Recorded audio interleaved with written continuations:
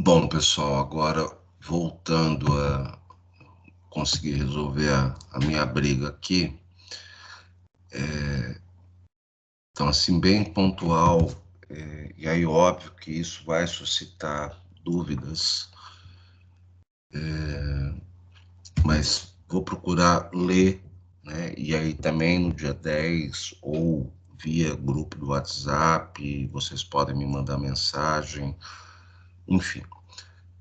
Como é que eu pensei o sistema de avaliação para que a gente possa tentar otimizar o trabalho, né, e a vida de vocês, porque é óbvio que vocês, além da minha disciplina, têm outras e reforço. Por mais que nós, no nosso cotidiano, façamos usos das mais diferentes tecnologias, o ter aula, né, via sistema remoto é algo que tem cansado, estressado a todos, né, professores e alunos. Então, eu procurei uma metodologia, né, ela é trabalhada muito comumente na Europa, nos Estados Unidos, né, ela sai um pouco daquele padrão de prova, de exercício.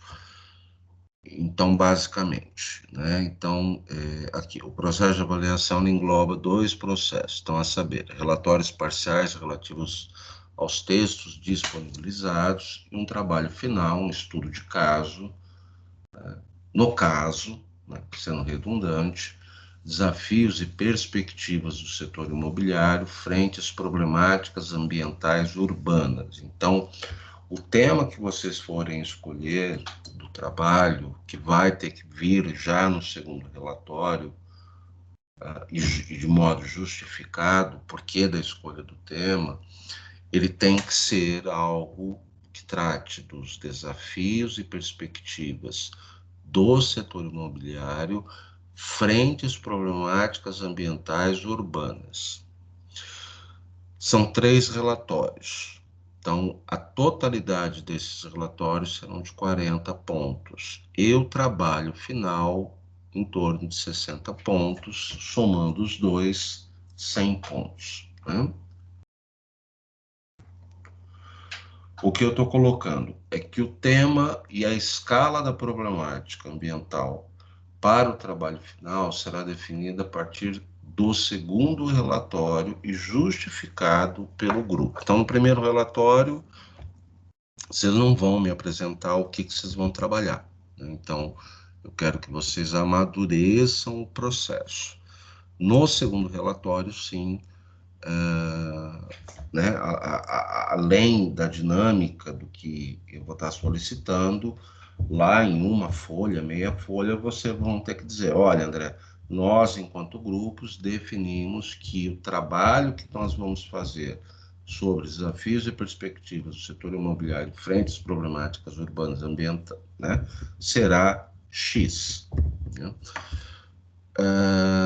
Vocês podem escolher trabalhar essa temática nas mais diferentes escalas. Então, vocês podem pensar isso em relação a mundo, em relação a Brasil, ao Paraná, um estudo de caso sobre Curitiba, sobre região metropolitana de Curitiba, em síntese, escolhas, né? E as escalas aí são múltiplas, bem como a escolha das temáticas são infinitas, né? Então, como eu disse na apresentação do curso, né, nós temos 7 semanas, começa agora em dezembro, pega o final de janeiro e o começo de fevereiro. Então, é bem célere o processo.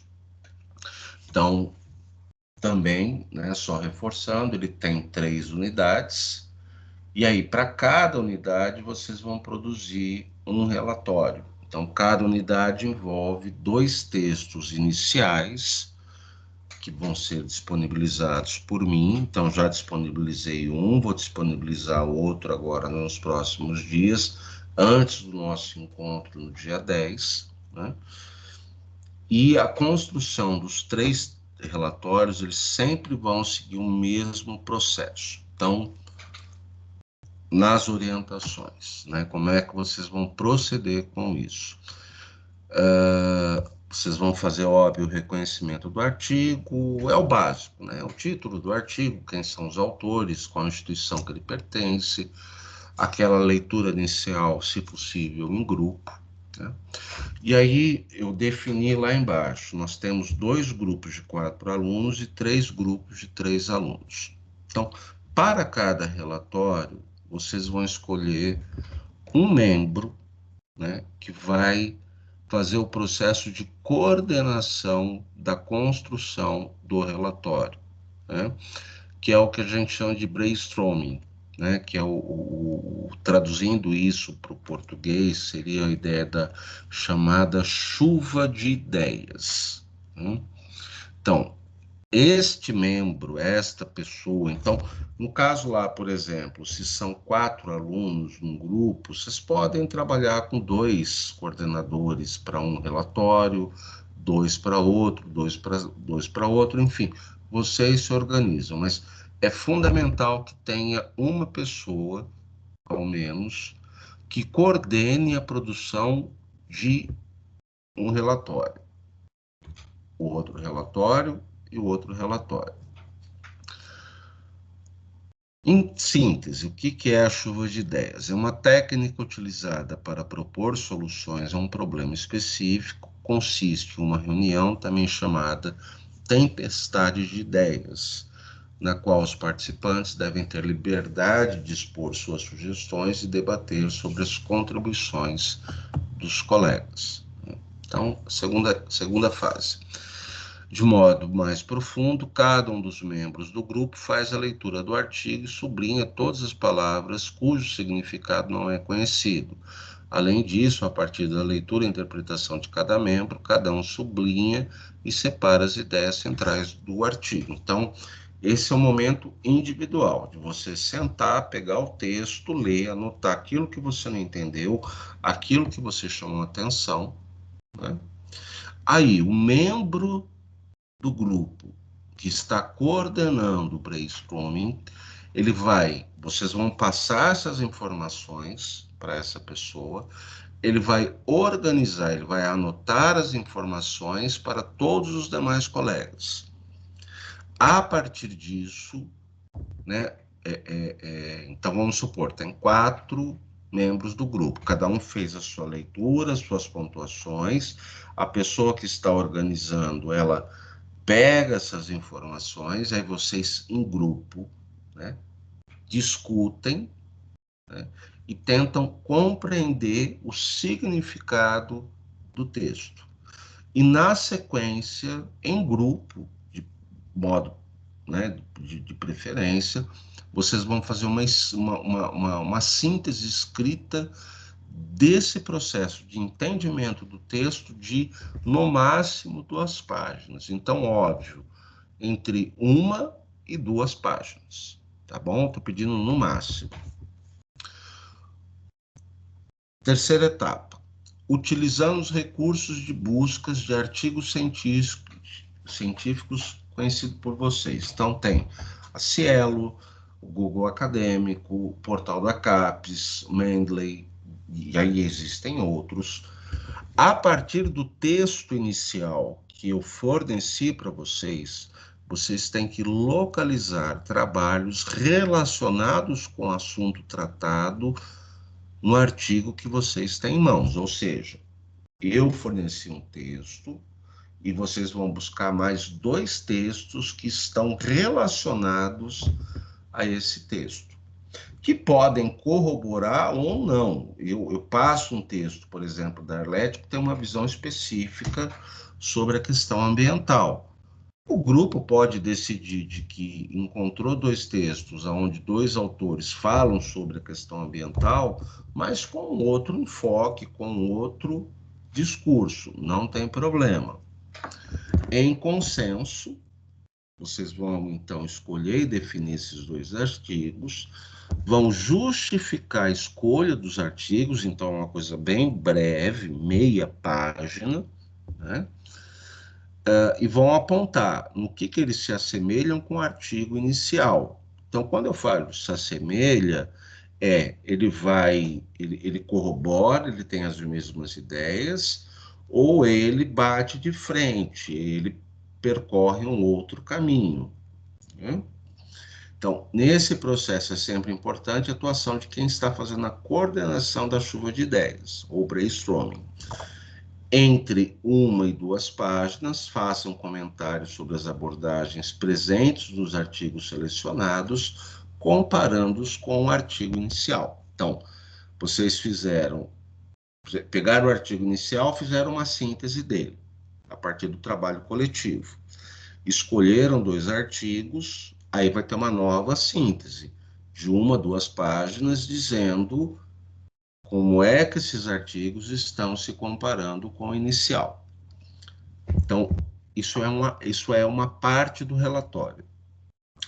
Cada relatório será constituído por 2 artigos iniciais e mais 4 escolhidos pelo grupo. Então, por exemplo, na unidade 1, eu vou passar 2 artigos. Então, um relatório, na verdade, ele é composto por um artigo, 2 textos, um artigo, 2 textos, né? E aí vocês me entregam este documento, né? Então a gente vai trabalhar. Cada relatório será constituído por 2 artigos iniciais e mais 4 textos escolhidos pelo grupo, conforme o processo descrito no item 3. Lembre-se, iremos trabalhar 6 artigos no decorrer do texto, logo serão produzidos 3 relatórios. Se eu estou passando 6 artigos e vocês vão ter que escolher mais 2 a partir desses 6, então vamos fazer as contas. 6 para cada artigo, eu tenho que escolher mais 2, né? Então vocês vão ter no final um conjunto de artigos em mãos. E qual é a ideia disso? É para que haja um subsídio para que vocês possam fazer o trabalho final. Então, um artigo, 2. Então, são 3 artigos. Um artigo, 2, mais 3. E assim sucessivamente. Então, um relatório é composto, né, por 3 subrelatórios. Ao final de cada relatório, tecer considerações finais sobre o trabalho executado. Então, vocês vão dizer, olha, a gente trabalhou assim, assim, assado. Indicar, conforme as normas da BNT, as referências bibliográficas, no caso, o artigo inicial que eu passei e os artigos selecionados pelo grupo. Então, no final do relatório, escrevam referências bibliográficas e, conforme as normas da BNT, coloca lá sobrenome, nome do artigo, a cidade, o local, a revista, o livro da qual ele foi publicado, o ano e página. Para ir fechando, o relatório 1 vai valer 1,25, o relatório 2, 1,1, 1,5, porque no 2 vocês vão ter que me indicar qual é o tema do trabalho e justificado, e o relatório 3, 1,25, certo? Isso vai totalizar 40 pontos. Os relatórios devem ser entregues no prazo estipulado. Os relatórios devem ser escritos em letra Arial ou Times New Roman, tamanho 12, modo justificado, espaçamento 1,5 entre linhas. Não seguir essas recomendações, eu retiro nota. Os encontros síncronos possuem como finalidade auxiliar os alunos no processo de compreensão dos artigos iniciais, na construção dos relatórios, na definição das temáticas do trabalho final, na elaboração do trabalho final, entre outras questões que eventualmente surgirem. Para finalizar, Até aqui eu tenho 14 alunos, espero que se mantenha esse número, 2 grupos com 4 alunos, 2 grupos com 3 alunos. Eu sou extremamente maleável, né? Então a gente pode negociar prazos de entrega, etc, etc, etc. Se você tiver a intenção de desistir do curso, conversa antes comigo, né? Às vezes você pode estar com dificuldade, a gente dá um jeito. Tudo é negociável. A única coisa que eu não negocio é esta composição. 2 grupos com 4 alunos, 2 grupos com 3 alunos. Tá bom? Então, eu encerro por aqui. Eu fiz picado 3 vídeos. Vou postar isso no Facebook, no YouTube e mando o link para vocês na UFPR Virtual. E no dia 10 a gente vai ter uma conversa sobre o texto da Arlete, o que é natureza, ou o que não é natureza, né? Quer dizer, a gente tem um monte de coisas aí que aparentemente são, são terminologias fáceis, dadas, né? Mas como a gente está na academia, elas aquilo que se apresenta simples, na verdade, pode até ser simples, mas tem toda uma dimensão complexa. Tá bom, gente?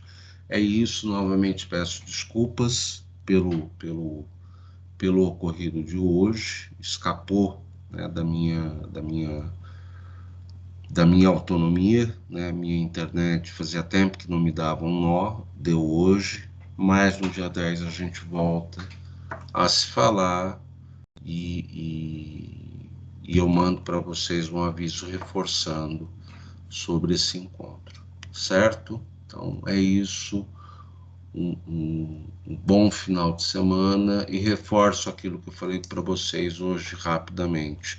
Se cuidem, a Covid está aí, né? Não sejamos ingênuos, a pandemia está por aí, tá bom? Um abraço para vocês.